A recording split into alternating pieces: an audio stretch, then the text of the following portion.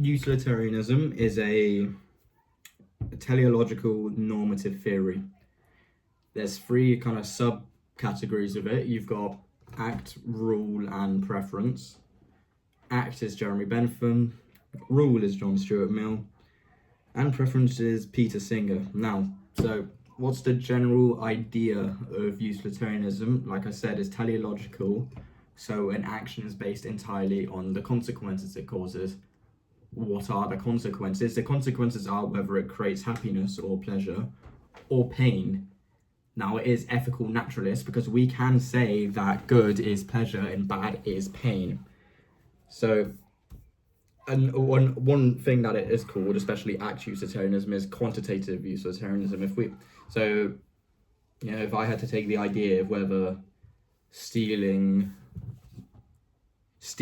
beer from Tesco was morally acceptable with act utilitarianism, I'd have to consider the hedonistic calculus or philippic calculus. It's the same thing, but basically, when considering an action, you need to consider the intensity of that action. It's like how much pleasure or pain it will cause, the duration, how long that will last, the certainty, will it actually fucking cause pleasure or pain, the remoteness, that means something. For quantity, that means something else.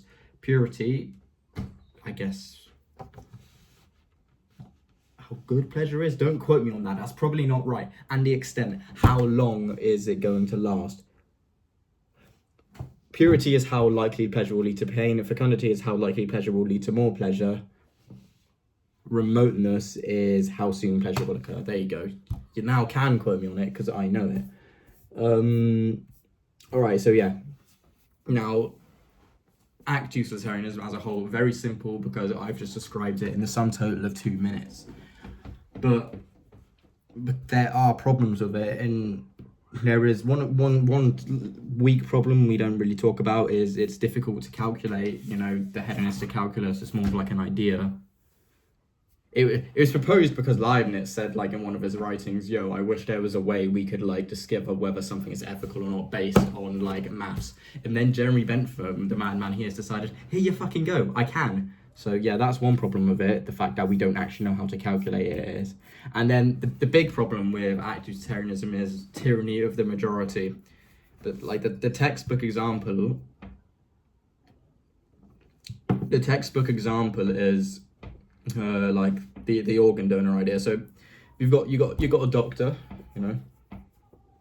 maybe he's Harold Shipman. It depends on the if whether you're a utilitarian or not. But you've got a doctor, and there's 5 patients of his, and they all, for some reason, like today, 9th of April at 18:40 in the afternoon, they all rush into his office and say, we all need different organs. One needs a heart, one needs a lung, one needs, kidney. Some must have gone in a car crash or something. But so the doctor's thinking, shit, I don't have these organs at my disposal. It's not like I can go open my fridge and get them. So what he decides to do is he goes, right, okay, let me take a walk down to the underpass on like 5th Avenue, Los Angeles, and go look for a homeless man. This homeless man has no friends, he has no family. He's degenerate, he's no use to society, piece of shit, and like no one will notice if he dies or if he goes missing. So is it morally acceptable to give him the good old 1-2, knock him out, and harvest each organ for these people? Yeah, it doesn't seem that moral, does it? But to the utilitarian tyranny of the majority idea, it kind of does. Because, like, more pleasure is going to be created from this idea of them ripping his organs out. Because he has nothing to cause pain. 5 against 1. Eat shit, I guess. But, yeah, like I said, that's the main problem with it. Now,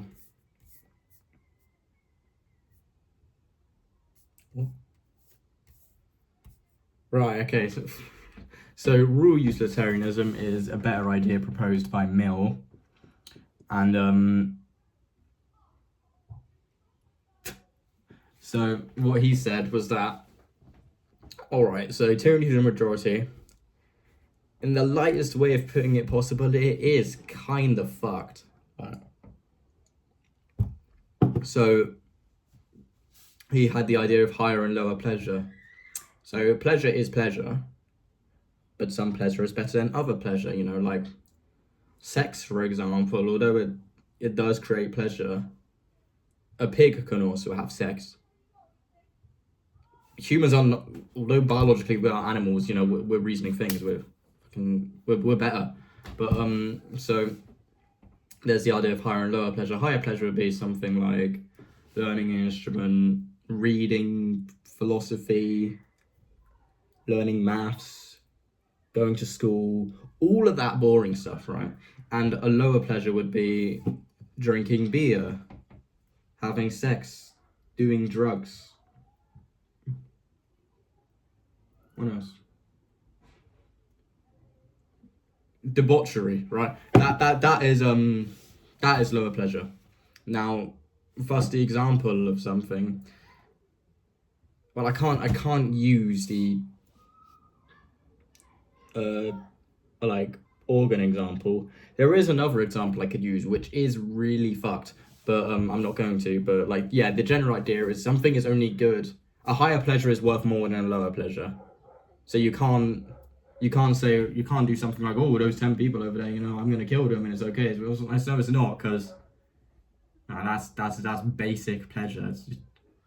It's shit. Yeah.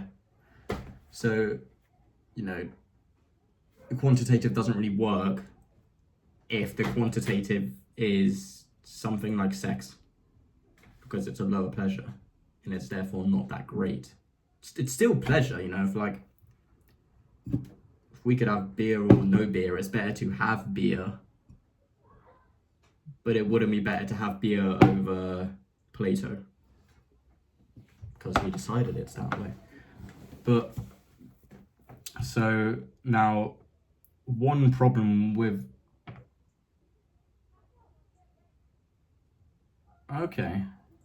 so hang on, what's the general?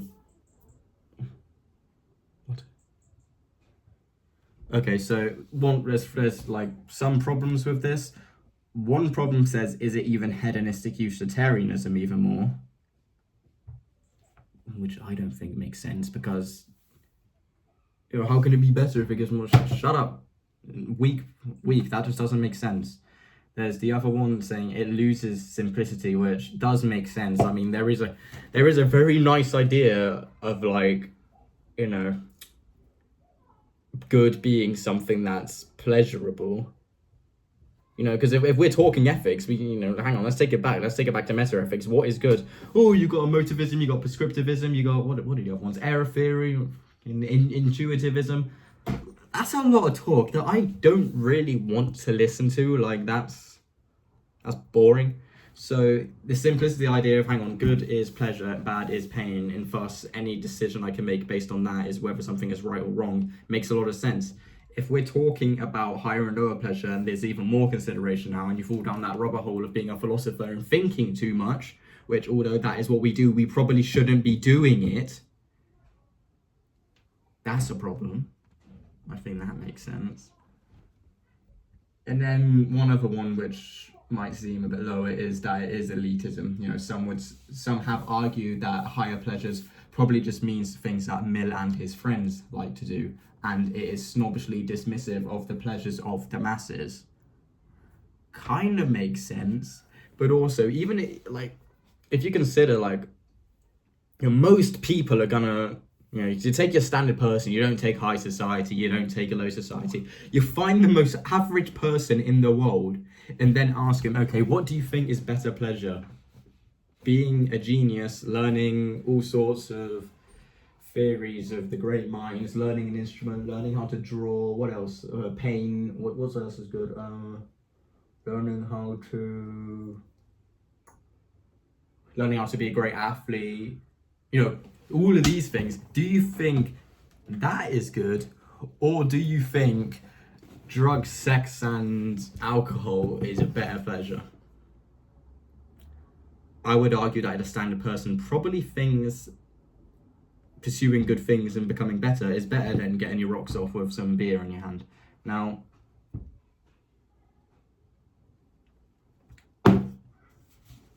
Mill, one thing that's kind of interesting here is Mill proves utilitarianism. which he okay. So I'm gonna. It's like his proof is the only evidence that something is visible is that it can be seen. This is visible because you can see it. Similarly, the only evidence that something is desirable is that you actually desire it. Do I desire this drink? Well, I have it and I'm drinking it, so I desire it. Each person desires their own happiness. Therefore, each person's happiness is desirable. The general happiness is desirable. Each person's happiness is good to that person. The general happiness is good to aggregate of all persons. Happiness is the only good. Is there a simpler version of that? Because quite frankly, that sounds a bit shit. Come on, AI, help me out, please.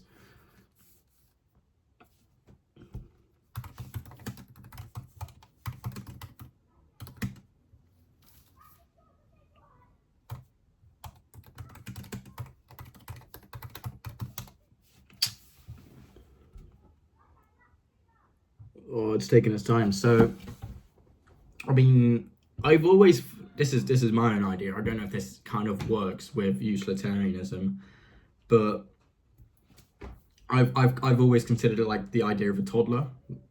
So, if you take a toddler, no, not a toddler. Like imagine you're going up to your mum, and you're like 2 years old, and you played a Y game, but instead of it being like, why are there clouds in the sky?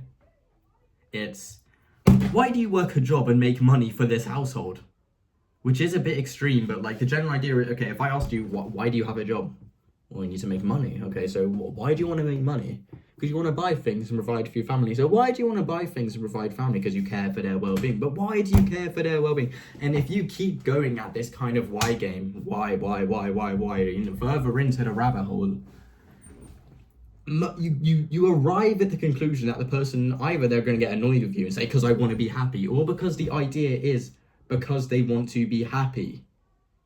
You know, if you rip apart everything, why are you doing this? Why are you doing this? Why? Because I want to be happy. Surely that would be a proof that the general idea is that good is something that makes someone happy.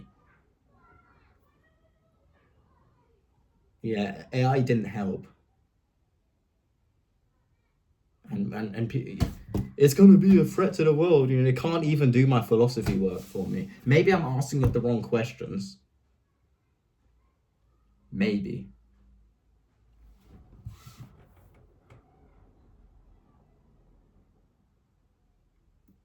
There are problems with that happiness principle, but like I said, you're going to have to search somewhere else because I don't really know what that means.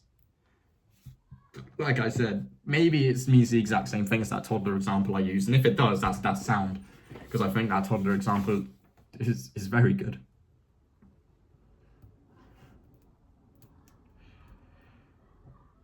A means to an end. This isn't Kant. Well, yeah, as such, we should see happiness as the ultimate end, which makes sense, because like I said, if you played a Y game with an adult who works a 9 to 5, and they're going to say it's to be happy, ask a baby why it's playing this teddy because it wants to be happy, you know. That's the general idea of utilitarianism. Why is there so many? One problem with proof is the is-or gap.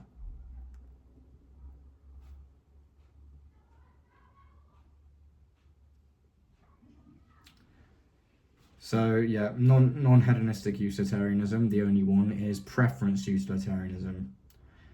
An action should be judged by how it conforms to the preferences of all of those affected by its action. So the consequences. A good act is one which maximizes the satisfaction and the preferences of all involved.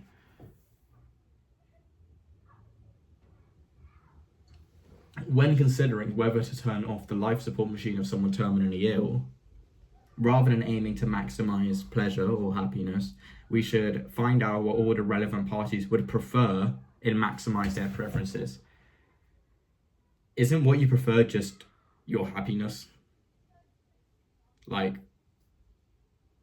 I mean, it could be argued, but, you know, there's the idea, you know, would you rather be a multi-billionaire or be or work the job you love but be given average salary? Some people would, no, not average salary, be poor. Would you rather be a multi-billionaire with a B or work your favorite job of all time being paid bare minimum wage? Yeah, right. Some might say, oh, I'd rather be a carpenter. That's what my passion is. I'd rather be paid minimum wage and all that. But isn't that what you'd just be happier with? No, the age-old adage, money isn't happiness. Whichever rich guy invented that, that doesn't matter here. But if you would prefer to not be a multi-billionaire and work your favorite job on minimum wage, isn't that still your happiness? You'd be happier doing that. Isn't it the same thing? It's just like a different way of reaching it. I'm not that fond of it. I think Singer nowadays does identify as a hedonist anyway, which God knows why we're learning about this, but here we are. But it says the advantage is...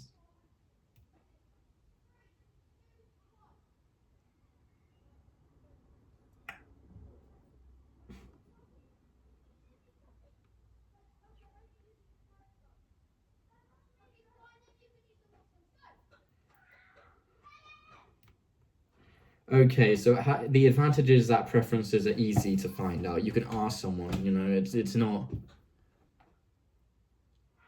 You're not trying to dig for whether, you know, you don't have to do brain surgery to find out whether dopamine was released or whether. You can just ask someone.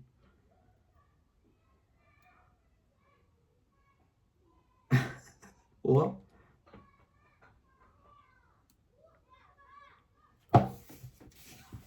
Yeah, I mean, there are criticisms here, but I think the one I mentioned, whereas it's just kind of, it's Occam's razor, or what's it? It's ad hoc. There's no point in it. It's just hedonistic utilitarianism with a different name, and it sounds slightly different. But if you look at it for more than 5 seconds, you realize that it is most likely just hedonism. Now, okay, let's get. I think in 17 minutes, I think I've just done like the most of the information on utilitarianism. I hope so. I don't think I've missed anything, but you can't trust me because I'm just a student.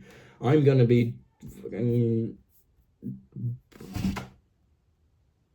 I'm gonna be throwing this exam, like I'm gonna be writing there and utilitarian. What's that? I don't know. But right. So what problems are there? Because there's 3 that we should consider, I think. Hang on, let's take a good old look over here. There's typically it's a good idea to consider 3 problems with the entire theory. So everything I've said this video, what you should do is you should think about it and then realize it's shit, and you should use these 3 problems I'm about to give you to disprove me.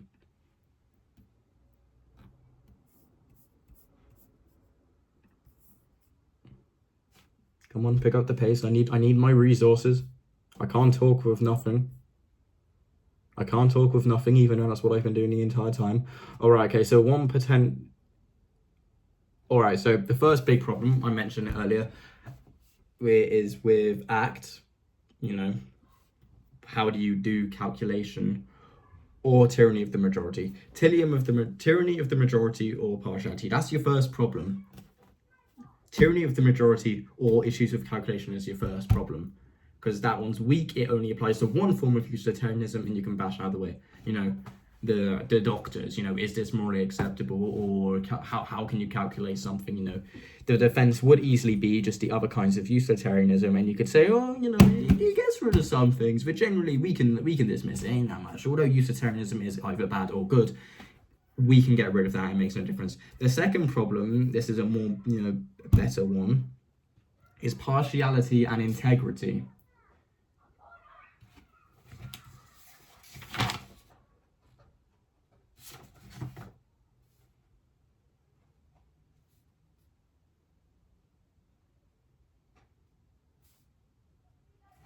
So what's the issue of partiality?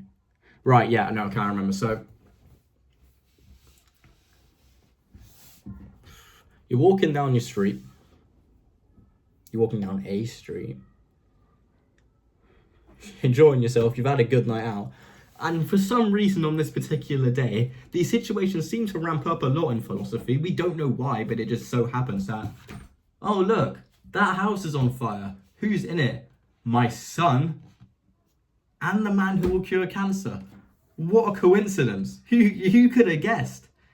So, who do we choose to save? Your son? Or the one who cures cancer? I'll let you dwell on that for 5 seconds. No, I won't. So,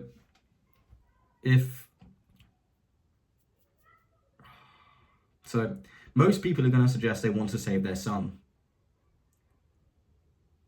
I don't fall out with that. But the utilitarian would say, no, we should save the one who cures cancer because overall that's going to create more pleasure or preference if you're a weirdo. Which doesn't make sense. It was some philosopher called Cottingham, J. Cottingham, John Cottingham.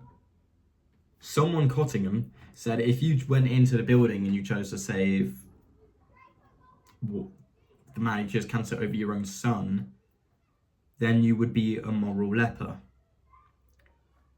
I don't know why we're considering what he says, because I think that's all he says for the entire course. But okay. Yeah, moral leper, that's cool. That's a good word, use that. But, okay, yeah, so there's a defense for this. What is the defense? John Stuart Mill. He says the only reason we don't think like that, the only reason we don't think we should save the one who cures cancer is because we are raised with emotion. Maybe not, maybe don't use that, but we're not raised in a utilitarian society. You know, we're raised in families, we learn to love. If we were raised in a utilitarian society and from birth it was pleasure is good, bad is pain, nothing more, always consider this, then apparently when faced with that situation of the burning house, everyone would say, save the man of cancer. And that is Mill's defense. In that it wouldn't seem counterintuitive to the theory at all. But, you know, evaluate this. Yeah, maybe that would work, but you're talking hypotheticals now. This is something that I always thought was kind of weird. It's like, what's another theory that does it? Behaviorism in Putnam's Super Spartans. He says, if the mind is the behavior you show, then Putnam says, well, like some people maybe they don't show behavior, so they don't have minds, clearly behaviorism fails. And then it's not Hempel, it's Ryle. Ryle comes along with a defense, and then Putnam goes, well, this imaginary world, you're wrong again. And it's the biggest problem with behaviorism, but what I find funny with it is it's hypothetical. Like, what do you mean? What do you mean this hypothetical society? What are you disproving? It's not real. If you can't disprove it within reality, then should it even be considered? But apparently here, because it's a second problem, we should consider it. That defense might work in practice. We don't know. Sorry, I went off track. I completely forgot what I was saying. So the idea is, if we raised everyone in this utilitarian world, then they would happily save the person who will cure cancer. But that doesn't make sense, because not everyone would probably consider the idea of utilitarianism, and because, like I mentioned, it's just not real. We don't live in a utilitarian world. So why should we consider living in a utilitarian world if we don't live in a utilitarian world? Why should we consider the super Spartan world if we don't live in the super Spartan world? It's hypothetical, it's bullshit, it makes no sense. Now, third problem, biggest one, completely undermines utilitarianism as a whole, is they call it the pleasure machine, from Robert Nozick. I think officially it's called the it's called the experience machine. The general idea is, okay, right, pleasure is good. That's what everyone desires. That's what Mill's proof proves. That's what my own toddler idea proves. Everyone wants to be happy. So if I invented a machine that when I headphones on, when I put it over my head, I can strap myself into the machine and I can live my entire life, all 90 something years of it, 100 something if I'm lucky. I can live it all in total pleasure, never any pain, never anything bad. It's just, yeah, we're good, like heaven, bro, heaven, because pleasure is good. We are in heaven for the entire time we were alive. Total pleasure. Would you want that? One may say yes, but there's a bit that's like, oh, maybe not, and I think that's, it should be considered carefully for a utilitarian. If you're thinking about it, if you're thinking, oh, I don't know, then maybe pleasure isn't good. Maybe pleasure isn't the greatest good. If this entire time we've been talking about doing all of these actions and considering our moral actions and our ethical ideas to bring pleasure and reduce pain, because pleasure is good, and pleasure is the only good, but if Nozick's pleasure machine makes us think that pleasure maybe isn't good, then what have we been talking about? The sum total of nothing. One response is preference utilitarianism. But preference utilitarianism, I think, like I said before, is just happiness covered with a few sub-layers that if you just chop them down a bit, oh no, we're at happiness pleasure machine again. It undermines the entirety of utilitarianism. It is an interesting concept. Preference utilitarianism still suffers from all the other problems, partiality, maybe not calculation, but maybe tyranny of the majority, or it's the fact that it is just hedonistic utilitarianism and it's a bit shit.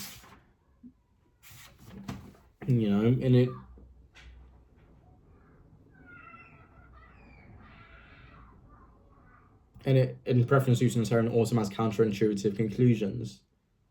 We could promote someone taking heroin if they prefer it, or going and stabbing people if they prefer it. Well, doesn't make much sense. So as far as I'm concerned,